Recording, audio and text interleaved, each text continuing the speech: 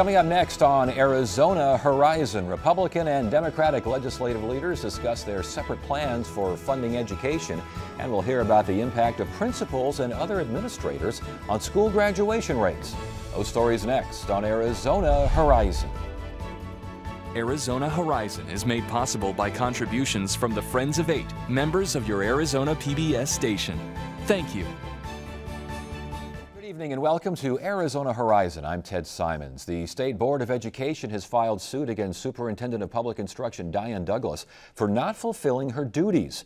The suit claims that Douglas is not allowing the board remote access to a website that's needed to investigate teacher misconduct. The board is also claiming that Douglas's office refuses to take down the board's old website and refuses to direct traffic to the board's new website. No comment as yet from Douglas or anyone else at the Department of Education. All sorts of plans and ideas are being proposed to better fund education in Arizona. Tonight we hear the latest proposals from both Republican and Democratic legislative leaders. First off, we welcome Senate President Andy Biggs. Good to see you again. Thanks for being here. Good to see you. Thanks for having me. Give us a 30,000-foot view here of the Republican plan. Now, the legislative leadership plan includes really four pillars. Number one would be an adoption essentially of the governor's state trust land proposal, and that would generate probably $175 to $200 million per year.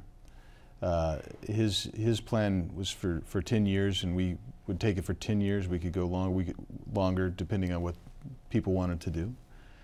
We would include the $74 million a year plus an inflation rate on that, plus an additional $100 million a year plus an inflation rate on that. And then we would also add the opportunity for the voters to repurpose some, not all, but some of the money that's in the First Things First, which is supposed to be for early childhood development, which there's a significant number of funds every year that goes unused, and we could repurpose that for K-12. The total ours is actually the largest funding package of all the packages that are out there, and it exceeds $500 million a year for 10 years, and quite frankly, the only part of it that is limited for any temporality at all would be the state trust land. The rest of it would be essentially in perpetuity according to what the voters wanted. As far as the trust land, we'll start with that. Critics say it undercuts the fund. Some Republican critics say it undercuts the fund. Valid? It's a great question, but I'm not sure that it's valid because you can do a number of things that would protect that fund. First of all, you would redesign technically what would be the balance. So you would pick, for instance, July 1st, 2016, because that's when you'd want to do your new distribution, and you'd say that whatever's in there, which would be somewhere in the neighborhood of $5.4 billion, and you'd say you can't dig into that at all. So that's protected, but the growth on that gets added in. You could put a kind of a quasi-rainy day fund on that, so when you exceed the amount necessary to make your distribution, it goes into that fund, so if you ever drop below which is necessary for that distribution, it would fill that cup back up. You also mentioned inflation adjustments. It sounds like you want to ask voters to cut that down to 1.6%. Why should voters okay this when past voter mandates on inflation adjustments haven't been met? Well, actually, I would disagree with you, Ted. They actually were met. The voters said either base it on a baseline of base support level or, and the key thing is that it says the word or, on your transportation support level. So we met, some years we said we've got enough money to pay both. Some years we said we only have enough to pay one. And so the voters actually did, you're correct. They said what to do, and they said make the choice, legislature, by your economic conditions. We've got a judge, though, that thinks otherwise. You've got one judge who thinks otherwise, but you also had to say, no one mentions this, but originally we had one judge that ruled in our favor and said that the state did everything correctly in interpreting what the voters wanted. But the reason that you'd want to go to 1.6 is, for instance, right now, 2.2% is capped. That's the cap. Ours would be a hard number of 1.6. So in a year like this, which the inflation rate is going to be calculated about 1.1%, you'd actually benefit K-12 in that instance. And again, you think voters are going to go along with this, especially after the controversy that we're having with this inflation adjustment suit? Well, you know, what's interesting, I don't know what voters will do, okay? So I think when voters hear it explained in certain ways, let me give you an example. This is like going out to dinner, and you spend $100 for dinner and you throw $15 on for the tip because that's a 15% tip. You think that's fine. And next month, when you go out to the restaurant, you have to pay the same $100 that you did the month before. So now you have $200. You pay that same $15 tip, and then you have to calculate 15% on that. By the time you get through a year with it compounding like that, you're about $1,800 for that same meal. That's what the 2% inflation issue is right now under 1590101, which the voters approved and locked us into. And in about 10 years from now, you're looking at that same $100 dinner costing you $1,800. Speaking of dinner, you have called the Democrats' plan, quote, not worth the napkin it was written on. Why'd you say that? Because I do believe that it needs to call attention to a very simple approach to something that's very complex, and it doesn't even look thought out. They don't address the lawsuit, which we're trying to address with our proposal. They don't address the 2% inflation factor, which we're trying to address. It's not what I would call a very well thought out plan. That's the complaint. Will you consider aspects of their plan? Yeah, I mean, I've read their plan, and I think it's intriguing, but they want to take effectively every dime that you get in new money for the next 10 years and tell every other department or agency in the state, you're not going to get an increase. And they don't make any provision or any idea of what happens should you have a 2008 or even back to 2003, 2004, where you had a drop. So, I mean, I get it. I mean, it's real easy, and that's my point. It's real easy to come and say, yeah, just give them everything. Well, speaking of which, Superintendent of Public Instruction thinks that $400 million should go to schools right away from the surplus and from the rainy day fund. Thoughts? This is coming from somebody who doesn't have to do the budget, doesn't deal with the hard facts of the numbers that we deal with. And frankly, her role as superintendent is not as a policymaker. It is basically to implement policy directives from the legislature as well as from the State Board of Education. Last question. It seems as though a special session is looming. Are we going to see something here coming up in October, maybe? My crystal ball doesn't tell me when you'll see it. I do know that there's a sense of urgency between us, the governor's office. We continue to work with the plaintiffs on this issue. I mean, I would imagine you're going to get a special session at some point. I just can't tell you when. And you do believe the inflation adjustment suit will be ended soon, or is that thing pretty much just on the shelf right now? Like I say, we're hoping to, and we're actually engaged. We're trying to see if we can move the ball forward. It's a tough issue. It's complicated, but we're doing the best we can to see if we can resolve these issues. And do you have separate plan Bs in case voters say no to some of these ideas? Yeah, you're going to have to face up to some facts. I think the voters are going to probably approve the state trust land deal. Then we're talking about what happens with the general fund components. We're committed, I think most of my members are, to trying to forward that so that you don't even really necessarily need to go to the voters. Mm-hmm. And so first things first might go to the voters. I think they'd be interested to see it if we can get the message out. That'd be the critical point. Do they get the message out and understand what's really going on? It's good to see you again. Thanks for joining us. Thanks for having me.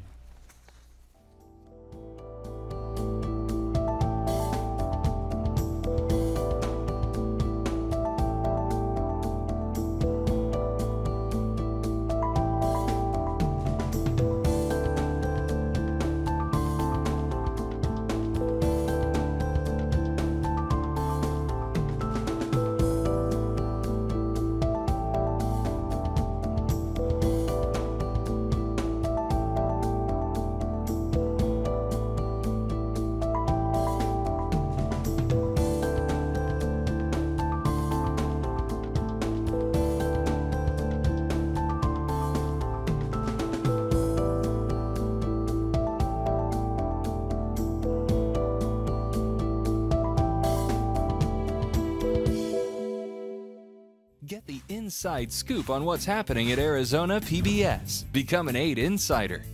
You'll receive weekly updates on the most anticipated upcoming programs and events. Get the 8 Insider delivered to your email inbox.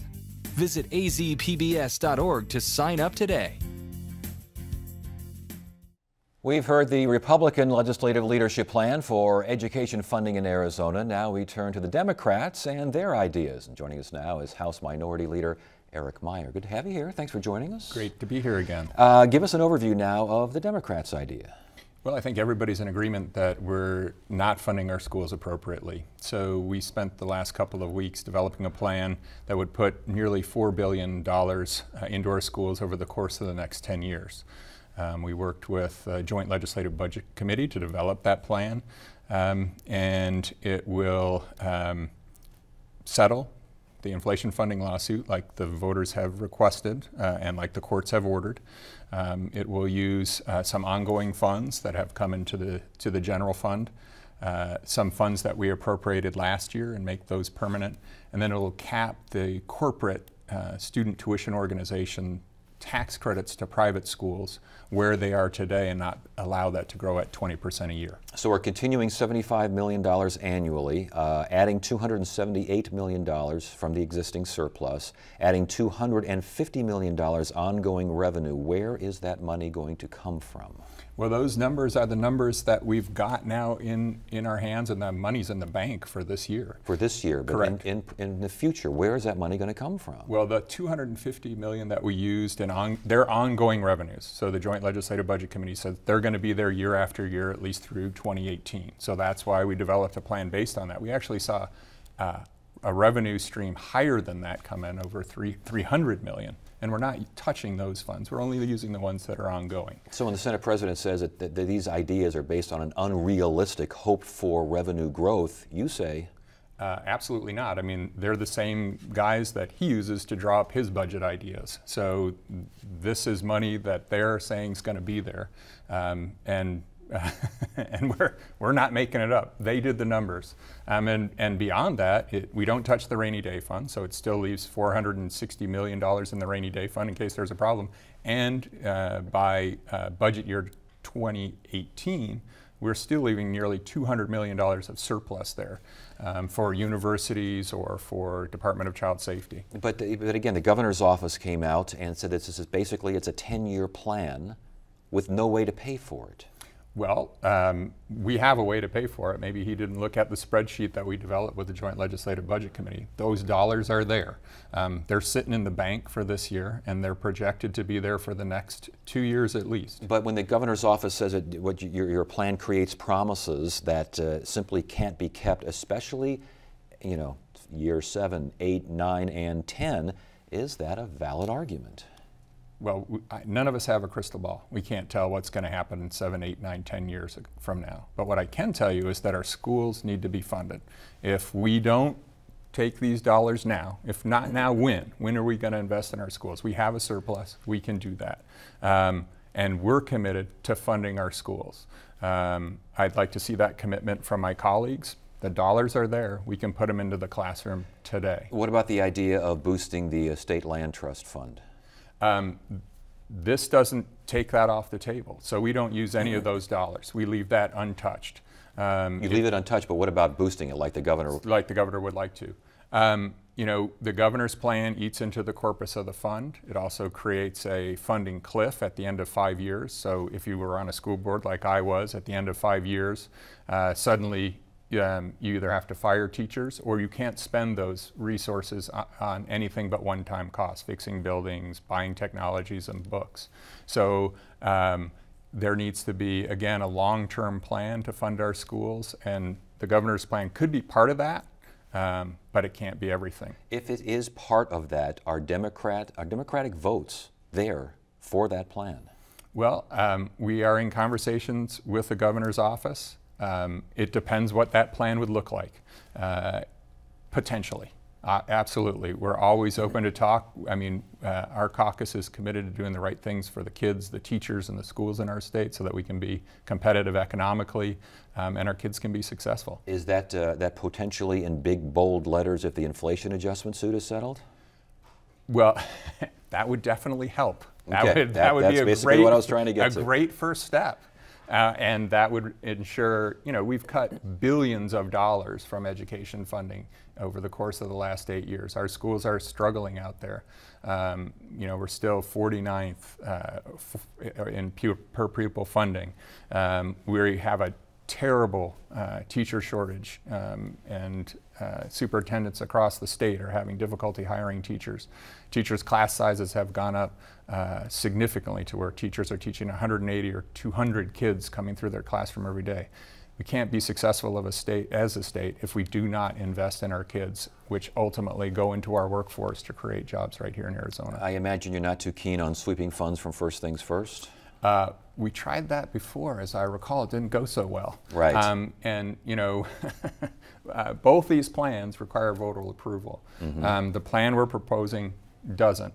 It actually meets the voters' criteria to fund education. And yet, is your plan politically viable? I mean, it's one thing to draw things out. This is the question of the day. Yes. Everybody asks, is it politically viable? If I had been asked, could you pass the Medicaid expansion here in Arizona prior to it passing, people would have said, crazy idea. But it passed with a bipartisan effort and a governor who signed it into law. So I have hope that we'll do the right thing for our state and invest in our kids. All right. Thank you so much for joining. It's good to have you here. It's great to be here. Thank you.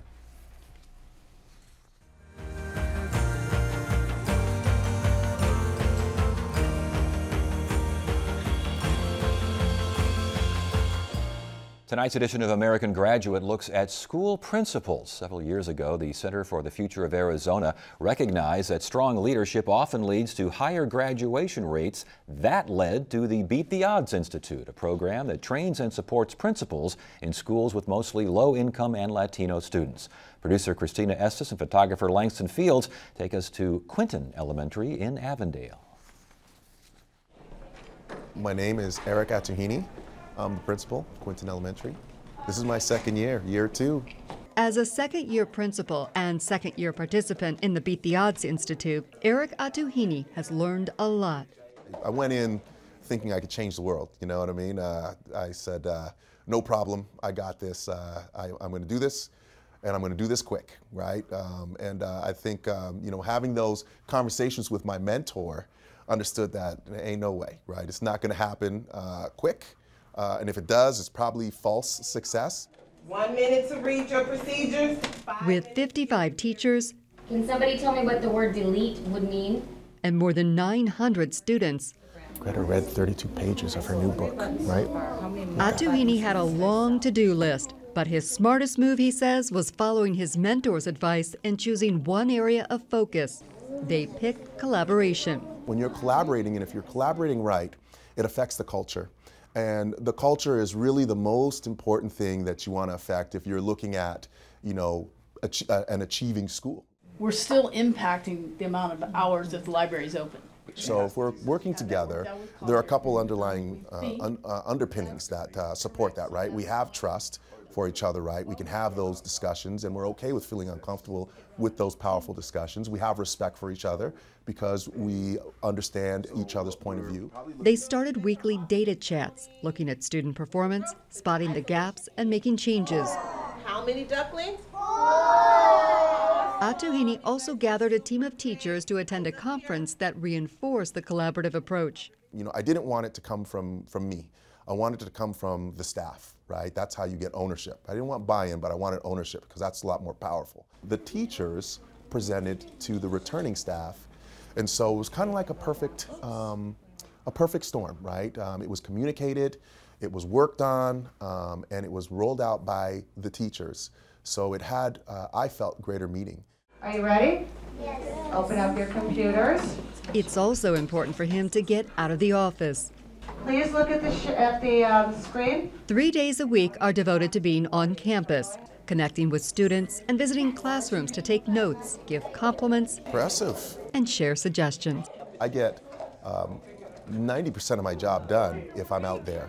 I'm able to, provide the value and the support that our staff needs when they see me. I think it's refreshing to see our kids and then for them to see me in a different light, because I think one of the misnomers is that it's always bad to come to the principal's office and we are the, we're the guys that are putting the finger on people, but I don't want the kids or the staff to feel that way. All right, got your uniform tucked in. Great job, man. Great job. For a man used to moving fast, Atuhini has learned to slow down a bit. I think one of the biggest things that my mentor through Beat the Odds shared with me is that it's a journey. Take your time, enjoy it. In addition to regular one-on-one meetings with their mentors, the principals also get together as a group to share ideas. Here with more on the impact of principals and administrators on graduation rates is Yuma Union High School District Superintendent Tony Bedone and Lily Mesa Lema, Director of Elementary Education at the ASU's Preparatory Academy. Good to have you both here. Thanks for joining us. Thank you. Beat the Odds. Yes. Talk about this. What are your thoughts? It's been an amazing force in our lives in Yuma Union. We've been working with them for over half a dozen years, and we still are using mentors through them, but I think the biggest idea that really we've refined in our district is that clear bottom line, and how do you focus on the clear bottom line of what your goal is for your students. And in our district, that goal is for every student, emphasis on every, to be ready for college and career, ready for success in college and career. Can you see this training moving those students in that direction? Absolutely, because it moves our leaders. It's our culture. Yeah, how does this kind of training, this kind of mentorship, just the general idea, improve graduation rates? So it keeps us focused. It keeps us with that mentality that we are preparing the students for success in their future. And it's moving beyond just getting them ready to complete a high school diploma. It's getting them ready to be successful through a 4-year university. That's our focus. And everything that we do aligns to that mission. And the impact of principals and administrators on that mission? Exactly. Tell us more, though. So empowers us to continue as we innovate in our jobs, in our practices, be able to keep that in mind as always and influence not just our teachers, but our students as well and families in keeping that vision. Talk to, as far as what principals, what do they need to know? What do they need to learn? 100,000 things they need to know. But most of them they can learn on the job. But what we really insist on is that belief in every single student. And that prism that you look through when you actually believe in every student has made a huge impact on our schools. For example, we've lowered the number of suspensions. We have 10,500 students. We've lowered the number of suspensions over the last 4 years by over 1,000. We didn't even know we were doing that.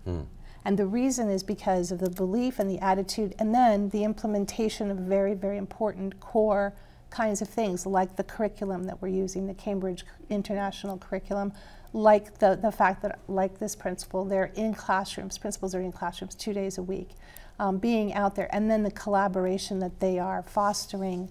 It is a great clip, but the fostering of that, not just buy-in, but ownership, having teachers own it. So it's a lot of emphasis on professional development. Professional development for teachers, we hear about that on occasion. Professional development for principals. It really is important, isn't it? It's extremely important, and it's learned on the job. Every single day for the principal is different. And you go from being in the classroom 1 minute, coaching a teacher, to dealing with a student and helping a student see how to learn from a mistake, to moving on to dealing with the community, helping them see. These are part of the reason why we do things in our school to further our mission, to accomplish our goals. And when you deal with principals, what questions do they ask the most? Oh my goodness. Well, first of all, we have an open leadership agenda. We have a leadership meeting every week, but the agenda is on a Google Doc so they can add things to it. Sure. And so whatever those questions are, they're on that agenda and we deal with them right away. We deal with the questions. But I think also part of it is just practice and coaching. We coach them as superintendent and associate superintendents, but we also use external coaches. We bring in the Beat the Odds coach because that person giving them third-party feedback can sit back and kind of look at things a little differently. All of that helps I think, with the culture of just literally believing in every person. It's not just believing in every student, it's believing in their parents, believing in the community, believing in each other. Has that not been done in the past? I would say that the nature of right now, the way things are in education right now in the United States, it's a beat the teachers down kind of, I mean, whether it's teacher evaluations or performance pay or using test scores to evaluate, those are external drivers that are not motivating anyone. What motivates people are fabulous relationships, trust, believing in the kids, and the culture of growth for everybody. I guess finding the right driver makes sense, doesn't it? I mean, you've been going down the wrong path for a long time before you realize it's the wrong way to go. Exactly, and I think those leadership meetings where you have that open agenda, that safe space to bring up the issues and have that community to be able to solve those problems is key in leading success. But are there questions you hear from principals? Are there concerns you hear more often than other concerns?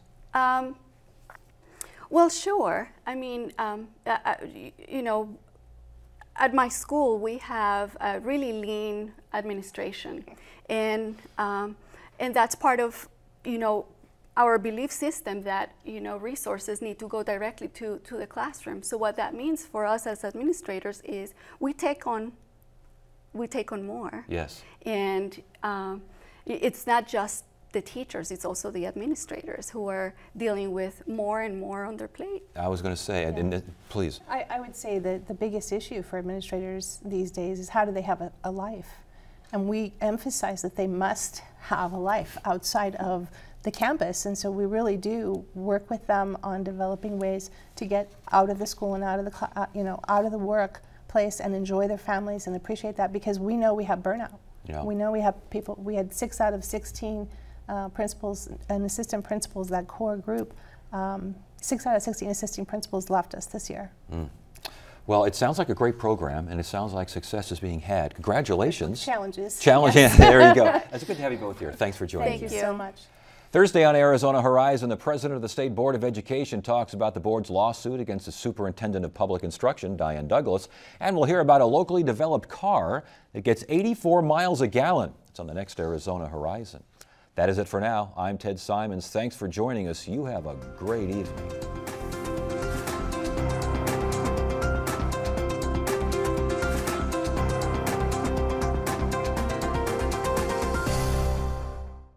Arizona Horizon is made possible by contributions from the Friends of 8, members of your Arizona PBS station. Thank you.